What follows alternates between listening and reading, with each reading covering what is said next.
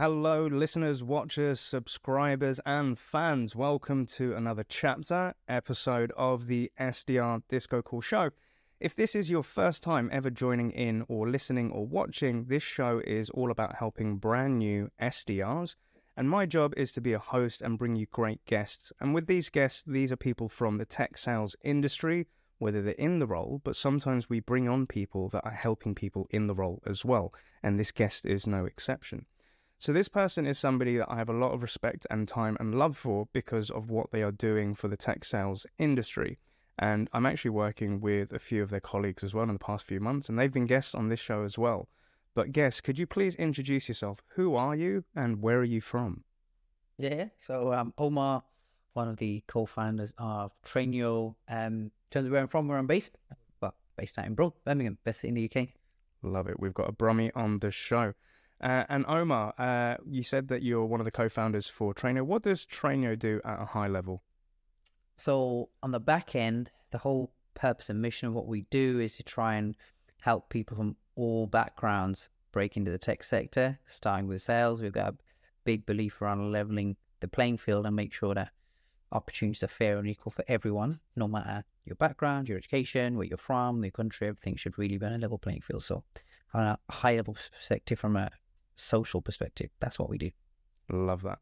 So to kind of summarize that, so you're helping people from any sort of background or diversity to get into tech sales, and you guys are helping those people get into this great career. Is that right? Yep, exactly what we do. Love it. And you can understand why, guests and listeners, why we're having you on the show. And a gentle reminder for our listeners, watchers and subscribers, if you're listening to this in your local podcast platform, please make sure that you give us a like, rating, and subscribe to the podcast. And if you're watching this on YouTube, please give us a like, comment, and subscribe down below. And if you've got any questions for the guests, put them in the comments and we'll send them to them. So Omar, outside of tech sales and working at TrainYo, what do you like to get up to? What floats your boat? What are your hobbies and passions and interests?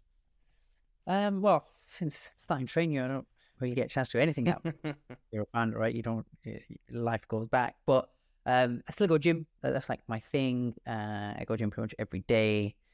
Weights. That's like what I really enjoy doing. I used to play football a lot when I was younger, but injuries galore. Like my knees and everything hurt now as I get a bit older, so I don't get to play as much as I used to. So now it's pretty much just work, and then I'll go gym every other day and train. That's kind of like how I de-stress and what I enjoy doing. Some nice TrainYo. See what I did there? I love that.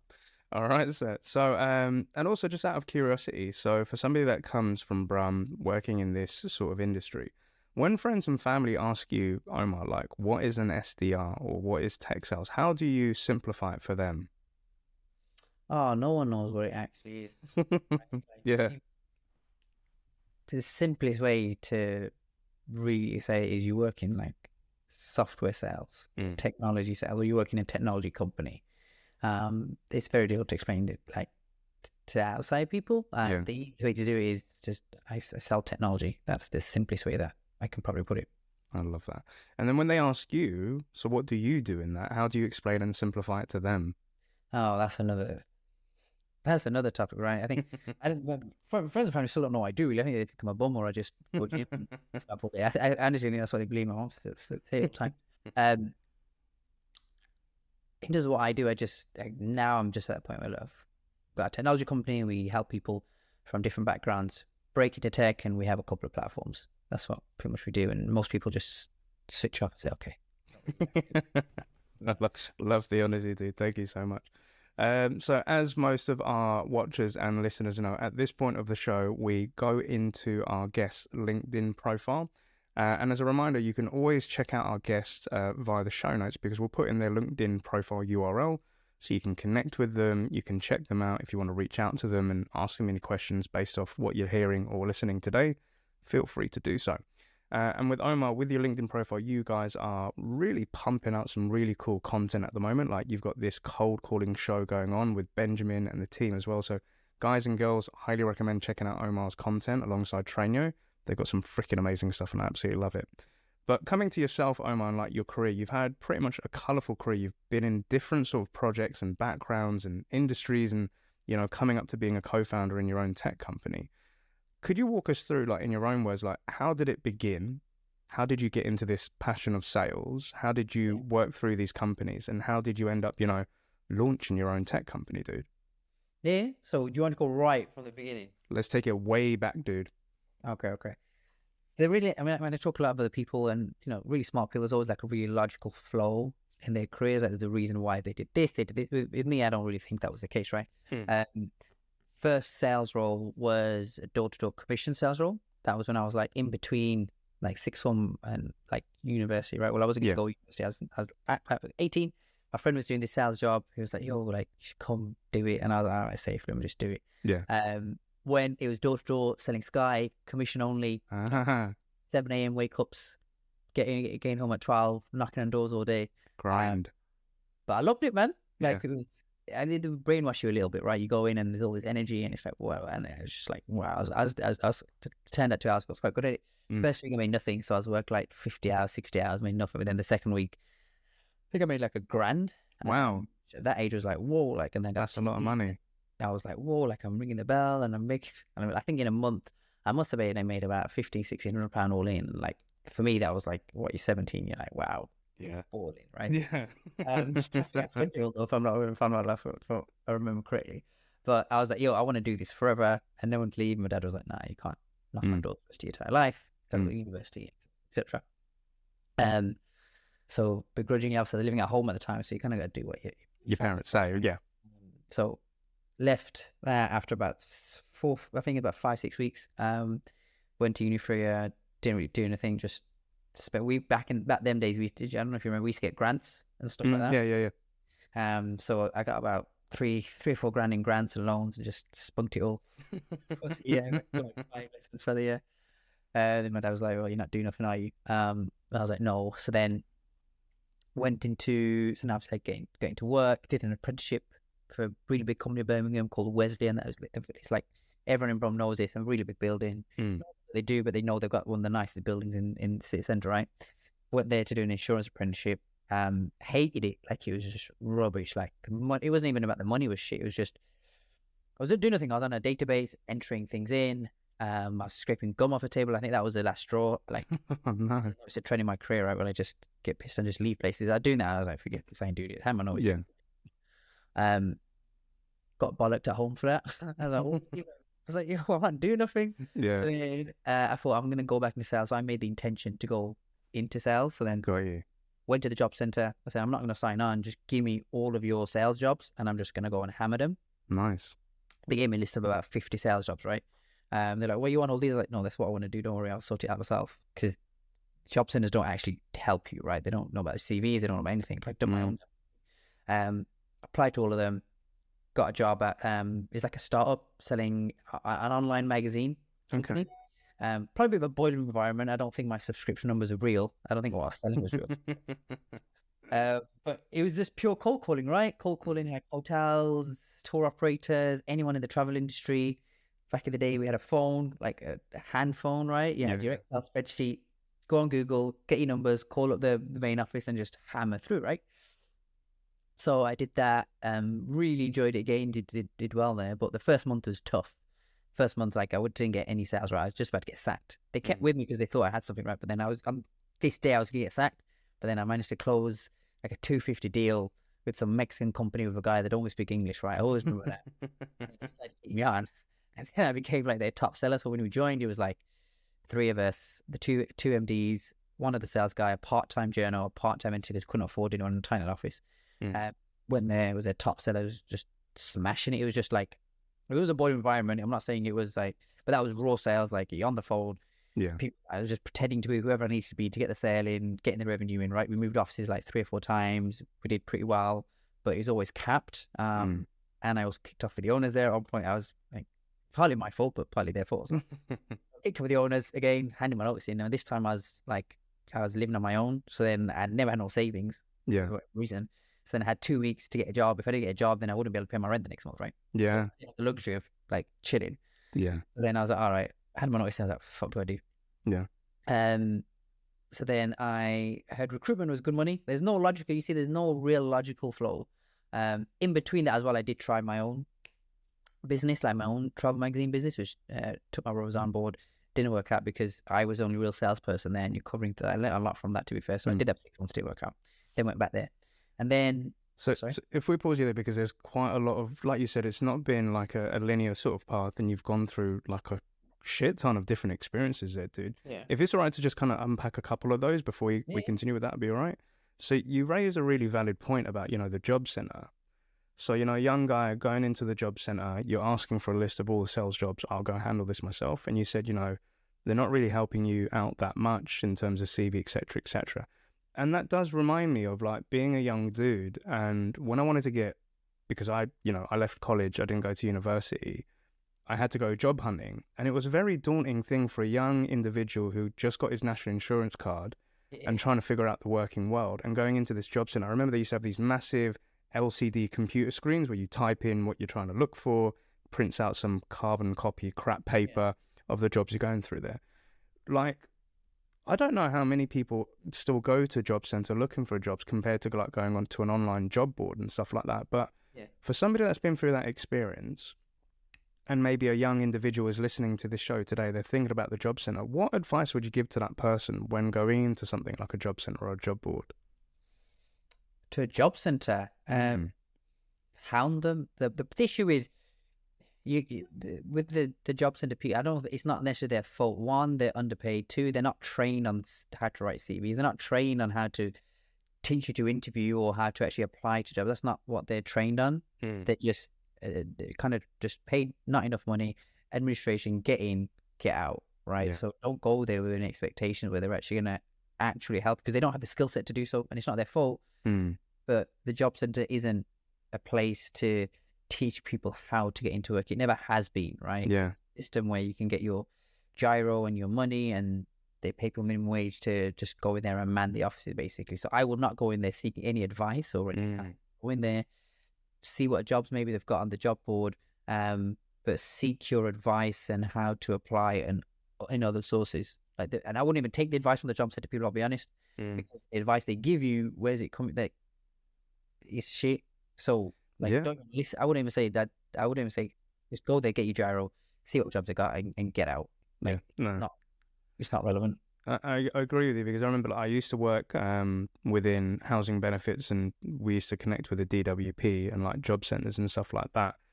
And it used to be a very, like, seeing people come in to, claim their state benefits and then look for jobs, and they would come to these interviews with me saying, I'm looking at this job and this job. And I'm like, why are you going for these sort of roles and jobs? And they're like, because it just pays a wage. But there was, to your point, nobody counseling or coaching them what to look for, how to specify a job that they want. Yeah. You're very right in that sense. And then moving, to the next point of, you're going into these sales roles, you're cold calling, you're selling magazine subscriptions, you're closing your first thing. And a lot of people that come into this role, like cold calling, it's like an alien thing for them. And you've got a show on it, right? Yeah. Like, how did you get into that knack of just getting over the fear of getting on the call, being whoever you needed to be to have that conversation? How did you muster that up, Omar?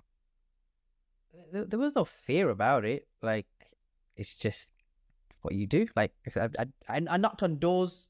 Do you know what I mean? As a 17-year-old, like, if you're knocking on doors and you're pointing to walk into people's houses with a technique that you used to use, right?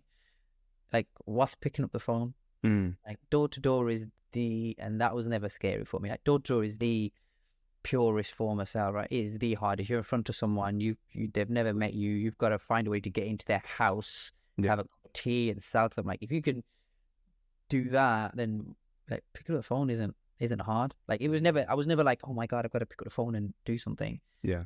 And maybe it was a bit raw and I was naive, and I just did it. Didn't need I needed to make money. I didn't really give a damn about nothing else, and I was going to do what I needed to do. So there was never a fear. It took time to get good at it, but I never had a fear of it. Love that. And as you mentioned, like going through different positions, like commission was capped. You even tried to launch your own business, bringing your brothers on board. Yeah. So, you know, you're having different experiences of like going through sales experiences, going through tough points, having successes, having winnings. And I can start to feel you're starting to build up this inertia of driving you forward, because you've got a goal of, you know, you want to earn money, you want to have what you want to have. And you came to that point of, right, if I don't get a job and I don't get an income, I can't pay my rent. So you've hit like Skid Row if you're not careful. Like, what happened at that point? I just said I gotta do it. Like, it wasn't, I don't think it was a case of breaking down and thinking, oh my God, it was just the fact that if I stopped, then I wouldn't hit that target of starting by that start date. Like, I knew I had to start by this start date, right? And so I knew I had to get as many interviews in as absolute possible, and try and get that start date. So I just applied to as many roles as possible, performed the best I could, had some arguments in some interviews, and managed to get that start date. And when I was negotiating, I couldn't really say I need to start now because I need to get paid by then. I was like, I can't really say that. So you've got to kind of finesse it out and say, you know, I've got a couple of other opportunities, and one of the decision-making priorities for me is starting at this particular date because I want to get into it. And I use that as the way for them to push my start date, like in 2 weeks or rather than pushing out later, instead of saying, if I don't start, I ain't got no money to pay my rent. And to be totally transparent with yourself and our audience here, so back end of last year, through my own business, I had a client which I lost, and that was the only client that I had. And I had this big fear of, shit, how am I going to pay my rent? How am I going to have to look after my boy? That was my first thing that came in. And I had to say to myself, maybe I have to close down my business and go look for a job, like go back into being a full-time employee. And it took a lot of letting go of my ego and having a reality check of like, if I don't get something, I ain't going to be able to pay my rent, right? This happened only a couple of months ago, dude. So applying for jobs, and to your point, I need to get something in by as soon as start date, because as soon as I get that like start date, then I can get that salary, then I can pay my rent. And it took me through a very humbling experience, Omar. So I spoke to a lot of companies, got a lot of rejections, you know, had a lot of discussions where, you know, think, I don't think you're a fit for this. And I'm like, do you know who I am? Like, what I can do? But I had to let go of that because they didn't know, you know? But thanks to God, like I did find something. I'm in a better place now, so I'm very grateful for that. But I get that feeling of you need to pay your bills, and if you don't, you're screwed. So, you know, you live in a state of fear. But to your point, you got to get it in. So what happened? Did you get it in, or how did you get it in? I got it in. Like, I had a lot of interviews, a few different recruitment. I was very specific in my approach, right? I thought, I've heard there's a lot of money in recruitment. That's where I'm going to go. Maybe I should look to other sectors, but I was super specific, right? And I said, this is what I'm going to do. So I looked at all the recruitment companies in Birmingham. A lot of them at the time, like, people forget, like back then, people were only looking for graduates to hire.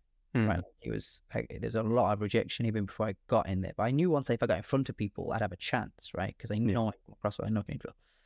So I got a lot of rejection, even in interviews as well. There's a lot of arguments about, you don't have a degree, you got good grades at college, why don't you go? And there's just all this, like, it was confrontational, like really like look at my ability, look what I've done, and like, you know what I mean, like, and there was a lot of that going on. But eventually ended up with like 3 offers come in, which is good. Like, it's all in 2-week process. I just finessed it. I said, like, I got other opportunities, you need to put me now, and I kind of sped up the process. Said, I've got this, and the recruiters know the sketch, right? They know they have to push it through. So pushed it through, had 3 offers, took the one that I just went with my gut. I said, I like these people, I like the setup. I was the youngest in the office. Like, they were just cool. It was a big company. I went to work for a big company at the time, never had them before, so hit it, started, and luckily I got that payment, so I was able to survive another month, and then it just went on from there, really.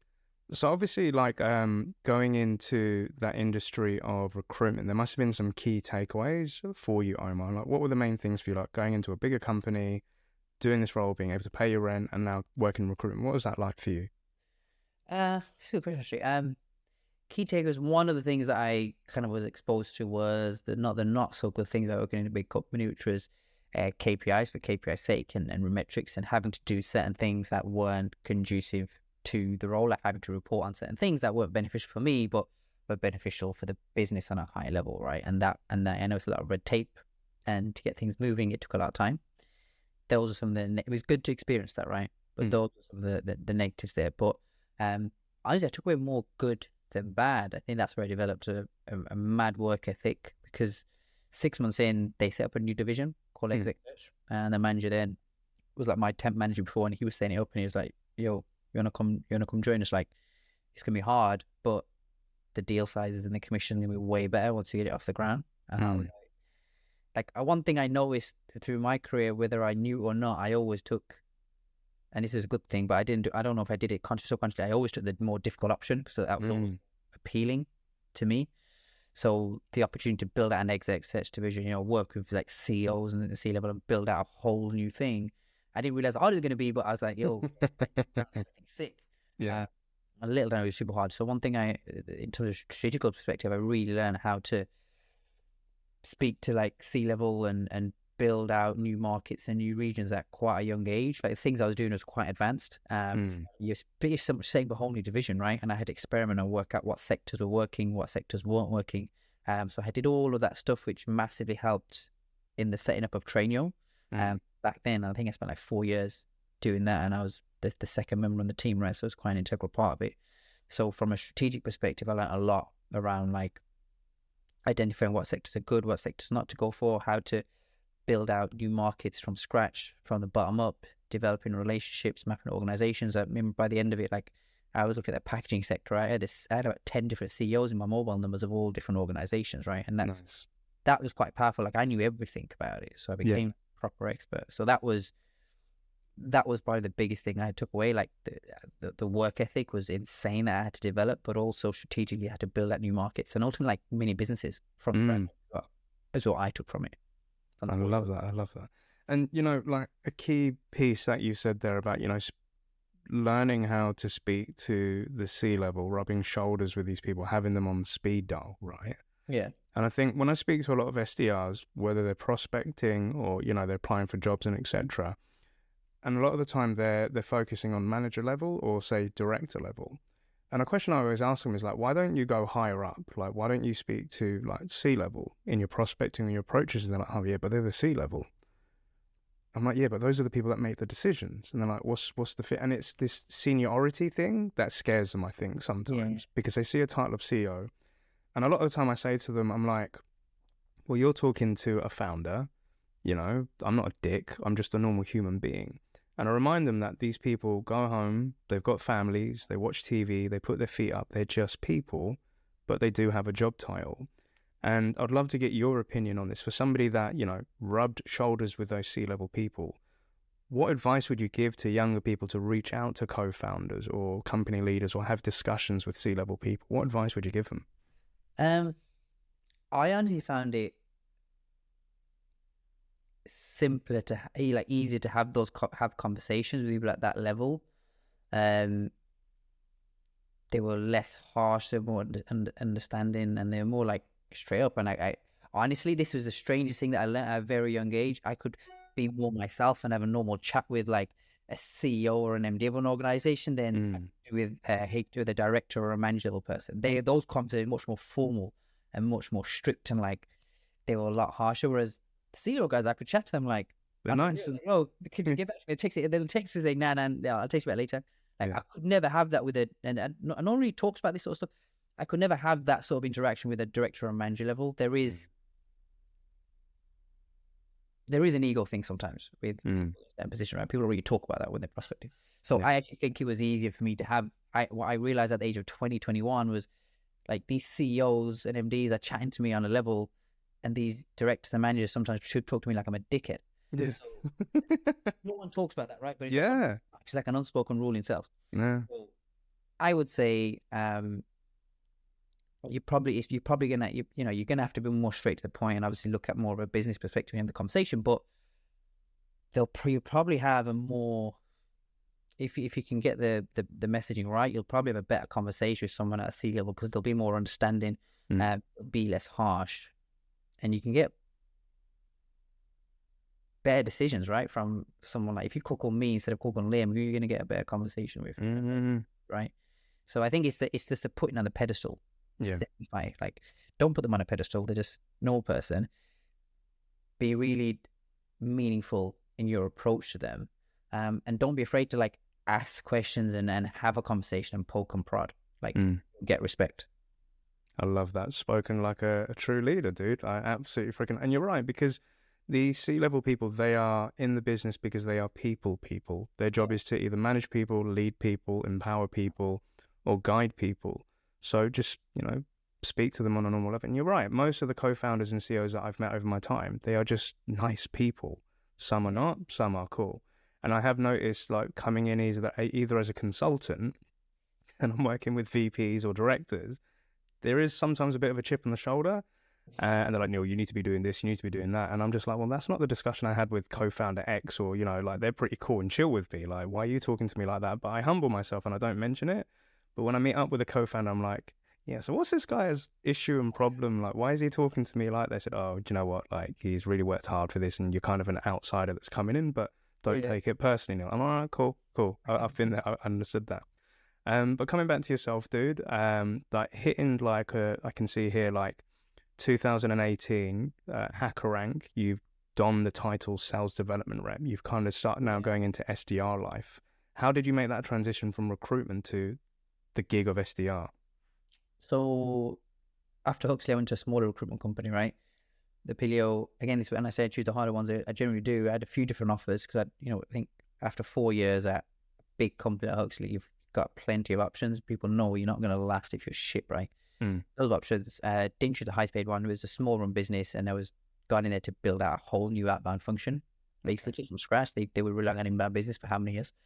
So they asked me to come in, do my research, and try and find a new sector, right? Like no guidance whatsoever. All right, cool. Sounds like something I can do. So then I did my research, and that's where I came across SaaS. Like I'd never heard of SaaS before. Like tech, to me, like I'm from Brom, like working class, no degree. I heard of the word tech, but we used to talk about it like it's some mythical place where you sort of Fantasyland. like they're making dough, but they're like Oxbridge and they're amazing. And I was like, oh, fuck, I ain't gonna be able to do that. But then I researched it. And from a recruitment perspective, it's a perfect market. Like your entry level roles and even your mid level sales roles are really chunky salaries, which means you're charging 20%, which means fees, but there's also volume there as well. Like volume and fees are the two real big things, right? And there seemed to be a kind of a shortage in the market as well on the time. So it's a perfect market to build out. So that's when I started building out. Literally became like an expert on everything and all the SaaS companies, how they operate, what they do.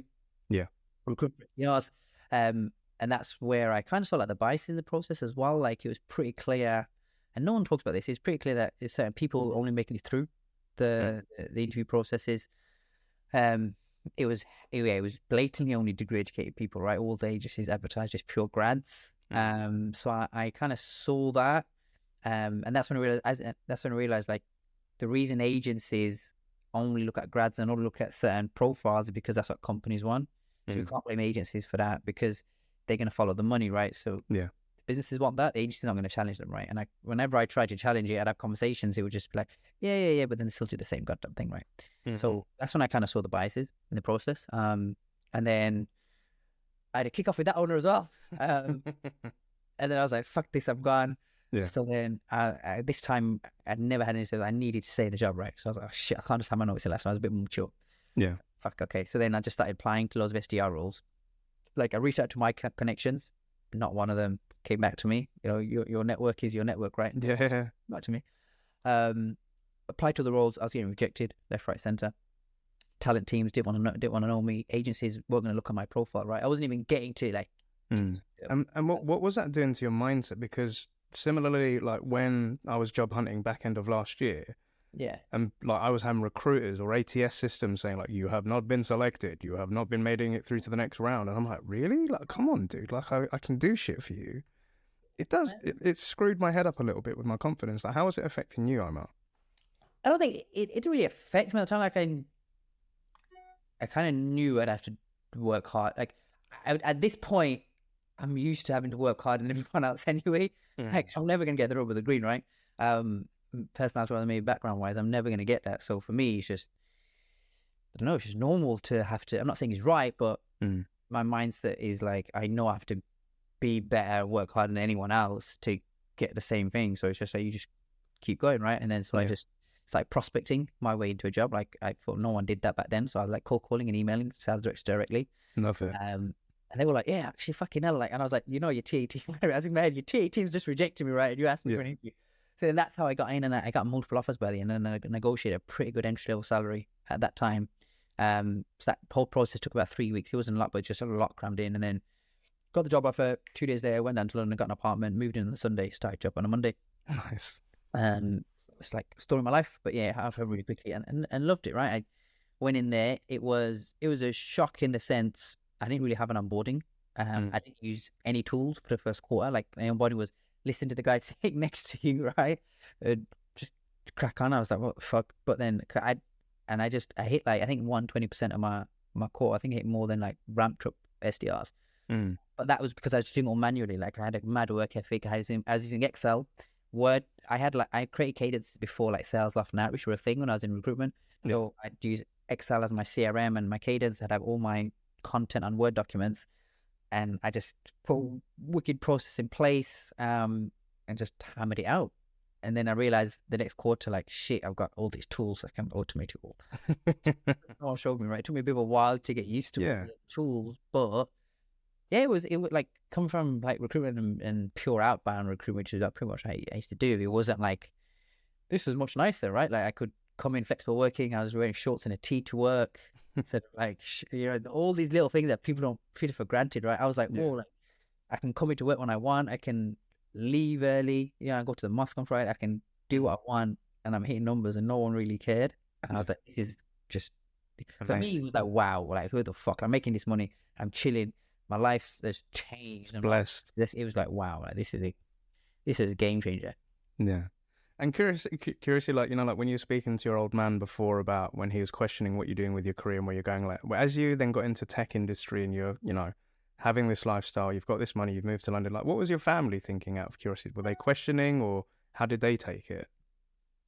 No, I mean, my family let me do what, obviously, they let me move when I was 20 years old, so they pretty much let me, like, when you move, once you move out, no one can tell you what to do anymore. That's kind of like the thing, right? Like, what are you gonna do? Kick me in the house? I'm already out, mate. But I don't. Obviously, we're from the same movie background, right? And I think from a society perspective, what you like, if you're not a doctor, or you're not an accountant, you haven't got like a job title like that.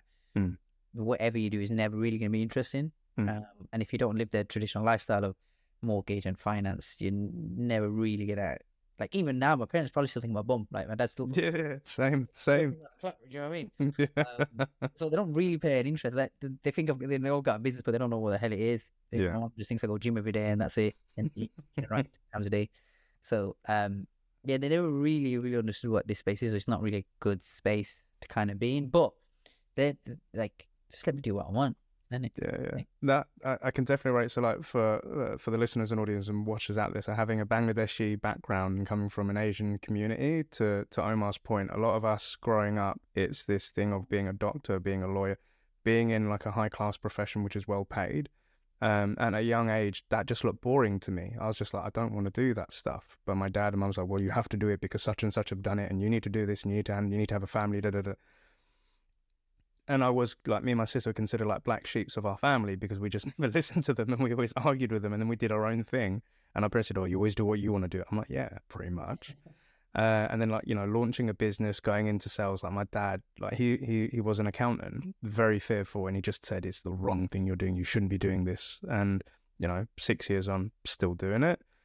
And my mum is happy with it because I'm earning and I've got some sort of status, and she thinks, okay, well, that's good. He's doing his own company. He's fine. He's happy. And she talks to all the other aunties. And then sometimes I sit there when I go visit them.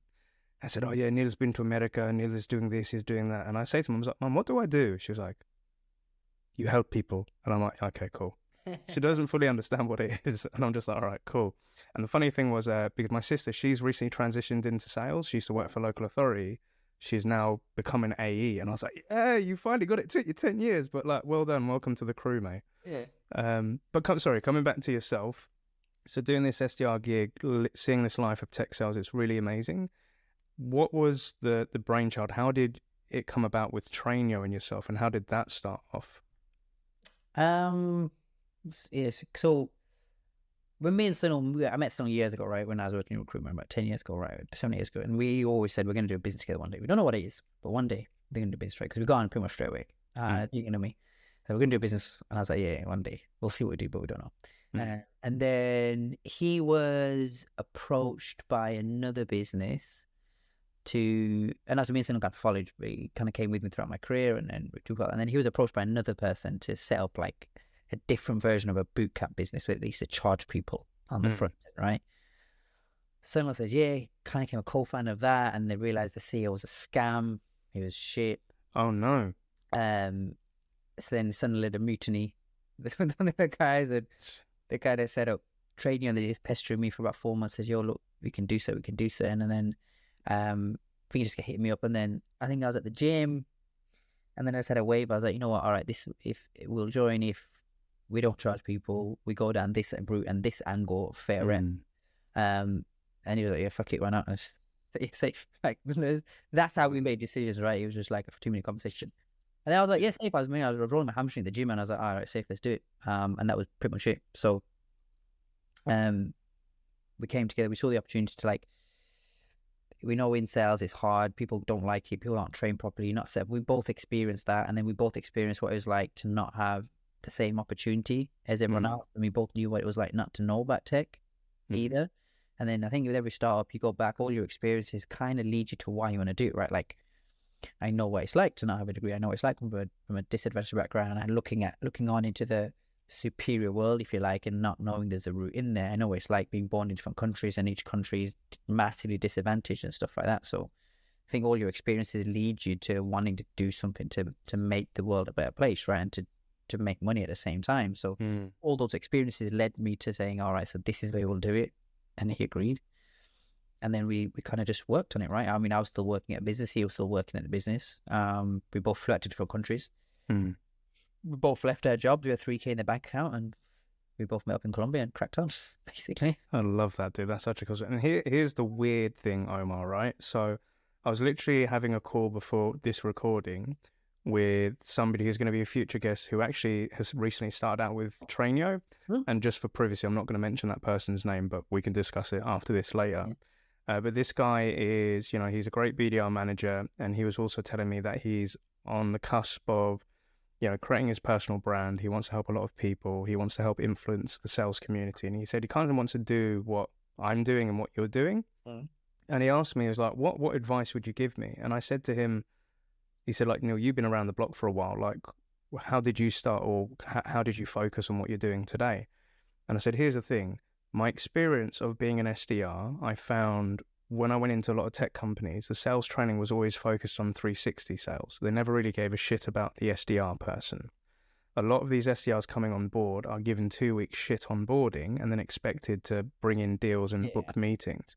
And I said, that was a really horrible experience to go through. And I said, I didn't want that for other people that are coming into this. So my why was giving back what I never got and giving it to people that are coming into it today. So find what you were lacking when you were coming into this. And if you can focus on that niche, that's what you can be known for. So for me, it's helping those new SDRs, like with this show, it's helping people understand how you get into this, how you get comfortable with it. And to your point, like your experiences with Sunil, where, you had these experiences of a disadvantaged background, not having that education behind you, and now you're helping people that are going through a similar journey. I think that's, amazing. And that really rings true. So a lot of respect for what you're doing. And I love the way that you're helping people. And you're doing it with somebody that you loved, and, the way that you guys decided things, just like, cool, bro, let's just run with it. Let's do it. And this is freaking amazing. Like 2 years on, the business is growing, it's thriving. I've seen a lot of great people come from TrainYo. I've met a lot of people from there as well. How has it changed from what it started to what it is today? Like, what are the main differences you see, Omar? Oh, a lot. Quality of the processes and the program obviously is going to increase with more heads and iteration. It's very different to what we started out with. We have additional sessions. We have grading now in place. We have the accelerator program in place with people prospect for real. So we're always looking at ways to make the program better, to increase like not just the learning ability, but also the outcomes for the students as well. We transitioned from an agency business to a SaaS business. Yeah. So think of like an Indeed for pre-trained diverse SDRs, and we've got big plans to develop that side of things. We've launched now our SDR training platform, because someone in business be like, well, you've got like all this amazing shit, can we onboard and train our folks on it? I was like, all right, safe. Why don't you do it for free last year? So I'm going to charge people for it now. Yeah. Platform piece. So we've now got an SDR hiring platform. We've now got an SDR training platform. So the business model has completely changed from what it was last year. And from a personal perspective, me and Sun were talking about it before, we've changed as people massively. We're not the same people we were 2 years ago. Like, I don't know what the fuck we were doing. Like, if the Sun and Omar of today started TrainYo 2 years ago, would be so far ahead, no one would have a chance. So now, I guess that, right, you're kind of in a position of playing catch up.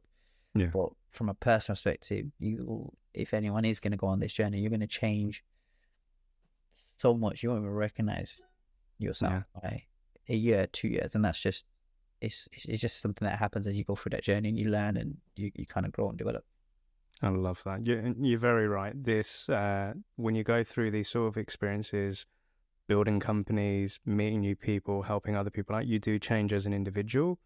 And I think if I was to go back 5 or 6 years ago, I wouldn't that Neil wouldn't know who the hell this Neil is right now. And you'd be like, how the hell do you do that, dude? And she's like, it's just the journey, man. You just need to go on it and experience it. And again, I'm a real big advocate for TrainYo. I send a lot of people your way, telling them when they're looking to get into tech sales. But for the listener and the watcher right now, who's, completely unfamiliar with TrainYo, and again, listeners and watchers, I'll be putting links to go check out TrainYo themselves as a business. Why would somebody come to you, and what would they gain from like working with yourselves, Omar? In terms of coming to us, it's to really set yourself up for greater success in the SDR role. The whole point of what we do is not like, hey, of course we want to get your role, but when you're on the boot camp, it's not geared towards just interviewing and how to succeed in that process, which a lot of programs are. It's all about making sure that you have the fundamental skills to get into role, but get into role and stay there and smash it as well. There's no point in getting a job, being shit and getting sacked, or finding out it's not for you at the same time as well. So by coming on the TrainYo program, you'll get insight from some of the best people in the industry. How often do you get access to VPs and sales directors and other kind of shit hot SDRs? Yeah. You get taught by absolutely the best people. You form an amazing community. You get to meet me, obviously, which is a nice thing.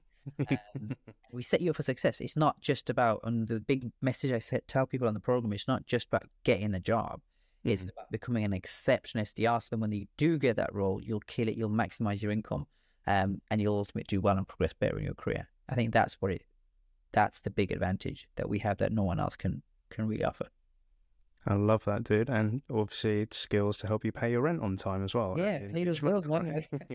It's not a nice finish to be, man, when you Yeah, 100%. And before we kind of come towards the end of the show, the other piece that I wanted to ask is, obviously, for reference, ladies and gents, we're currently in May 2023, and the market is nuts at the minute, right? So jobs are sometimes hard to come by. Some people are getting laid off. Some people are going through recruiting processes. I'm coaching a lot of SDRs that are getting ready to, go for job interviews and whatnot. But in your opinion, for somebody that's either been laid off or very worried about leaving a job they're not happy with because the market is so volatile, what advice would you give to them, Omar? I think it's going to be tough out there. I'd say from your current interview processes, don't take it personally, but try and understand why it didn't work and what you need to change moving forward, because it will be an iteration process. So just constantly focus on trying to get better at your interviews and trying to learn from what went wrong the last time. And I think the biggest mistake people make when they're interviewing is the lack of effort. Most people just show up to the interview and think that's enough, but no one really goes the extra mile, right? No one creates a prospecting document. No one networks within the organization to get insights. Like, prospect your way into the role, go bottom up, get the information from the other SDRs and A's so that you can use that in your interview, right? If you know that they're typically struggling with no one's hitting call targets, then focus on that in your interview. Say, hey, I'm machine on the phone, right? And all that. Like, make more of a rounded effort and treat every interview like an actual opportunity that you're booking. Network bottom up, get that information and use that higher up. Create those prospecting documents, create follow-up documents or follow-up processes after your interviews as well. No one really does that sort of thing. When people get confused, people get, I'm applying so many jobs and have so many interviews, but you're treating every single interview like a transaction. Like, make sure everyone is an actual opportunity that you work like you're working on opportunity in sales. Solid advice, dude. Solid advice indeed. And you're right. Being a former hiring manager, the amount of people that used to just come on to the Zoom or the Teams meeting and they would treat, there was no, I like people that would research me a bit, check me out on LinkedIn. I like to come into a meeting where I've heard this candidate has spoken to a couple of my SDRs, or my SDRs have slapped me saying, hey, there's this guy or girl that's connected with me, asking me a couple of questions. Is it okay to tell them anything? I said, yeah, tell them, like, if they're asking of it, boom. And that person that knows the history of the business, like why this company was founded, etc., what's the journey. And then I always love to hear of, how would you see yourself using that tool or piece of software if you were an end user? I love hearing that sort of stuff versus, this is like my 5th interview of the week and, I'm just looking for an SDR role because I want to earn some money. And I'm like, okay. Oh, one other thing I'd always say, right, and I never understand why people don't do this, is the questions that you're asking, go a bit deeper than asking what's the culture like, what do you think makes a good SDR. Actually, questions from a product and company strategy perspective, maybe not in the TA interview, but when you're talking to like the hiring manager or like a VP of sales dev, like ask them about the product strategy, what features are kind of being developed, or they're selling certain sectors, why are they selling to other sectors, maybe make a suggestion. Like, I love it when people interview me and say, oh my, like you're selling here, but have you thought about selling here? Like, I don't care if they're right or wrong, or they might not be the best suggestion, but the fact is they're thinking in a much deeper way that just no one else is. Right? Because they're showing a genuine interest in that then, right? And you're showing a deeper level of commercial thinking, which probably means you'll be able to understand the pains that your prospects are going to feeling at a later date as well. But no one really does that. People go in and ask, what makes a good SDR? What are your targets? How do I make my commission? How do you feel? People just ask the same goddamn shit. If you ask those level questions, you'll be in the top 10%, guaranteed. Solid advice, Omar. I love that. I freaking love that, dude. That's so freaking right. All right. Well, sir, it's been an absolute pleasure having you on the show. And a question that I love to ask all of my guests. If you could have a chat with that young Omar who's knocking on the doors in Brum, trying to sell Sky and trying to do door-to-door sales, and you have an opportunity to give him 3 bits of advice because he's just about to embark on this journey of life, what 3 bits of advice would you give to that younger Omar? Stretching at the gym. Would have saved me a hell of a lot of injuries, I tell you. I'd probably say focus more on becoming exceptional at your craft. Money will always be important, but like money follows excellence, not the other way around. I'd probably put a greater emphasis on that. I'd say from a personal perspective, something that I did well was develop a personal being honest, hardworking, and decent with money. Like, from a personal, those 3 key things I think that people know about you, because that will lead to opportunities in itself. And those 3 key traits, probably 5% of people globally have. Those would be my 3 key pieces of advice. Strict for everyone. Like, that's an important one. Yeah, definitely. 100% do. And just for the listeners and watchers out there, you obviously can maybe hear some background noises. And I just wanted to pull this up, not to like say this is a wrong thing, but obviously Omar is a founder within a business. So you can hear the guy's devices pinging off. So a lot of the time with SDRs, when you're trying to message C-level people and they may not get back to you, it's because they're inundated with messages. And this is true to, you can hear it, like how much this guy is being contacted. So just bear that in mind, FYI, everyone. Another question that I'd love to ask you, Omar, is are there any shout outs or kudos that you'd like to give on today's show? Yeah, I'd say shout out to the TrainYo team. It's been tough, right, for everyone, but they've got through it. got some amazing things coming up as long as we can execute on them. So shout out to Liam, Paula, and Jordan. And if you're an SDR, watch out for Liam as well, man. He's probably the best SDR in the game right about now. If anyone wants to challenge him on a cold calling competition, then hit me up. I love that. I love that. Big shouts out to all the TrainYo family, 100%. So listeners, watchers, subscribers, thank you so much for joining us on today's chapter. As a reminder, you'll be able to find out more information about Omar and TrainYo by visiting the show notes, where I'll be putting all links in. If you're listening to this in our local podcast platform, please give us a rating, like, and subscribe. And if you're watching this on YouTube, please like, comment, subscribe down below. But Omar Sadik, co-founder of TrainYo, been an absolute pleasure and blast. I know I'm going to see more of you in the near future. But have an awesome week, my dude, and happy selling. Yeah. All right. Peace out. Thanks, Neil. Thank you.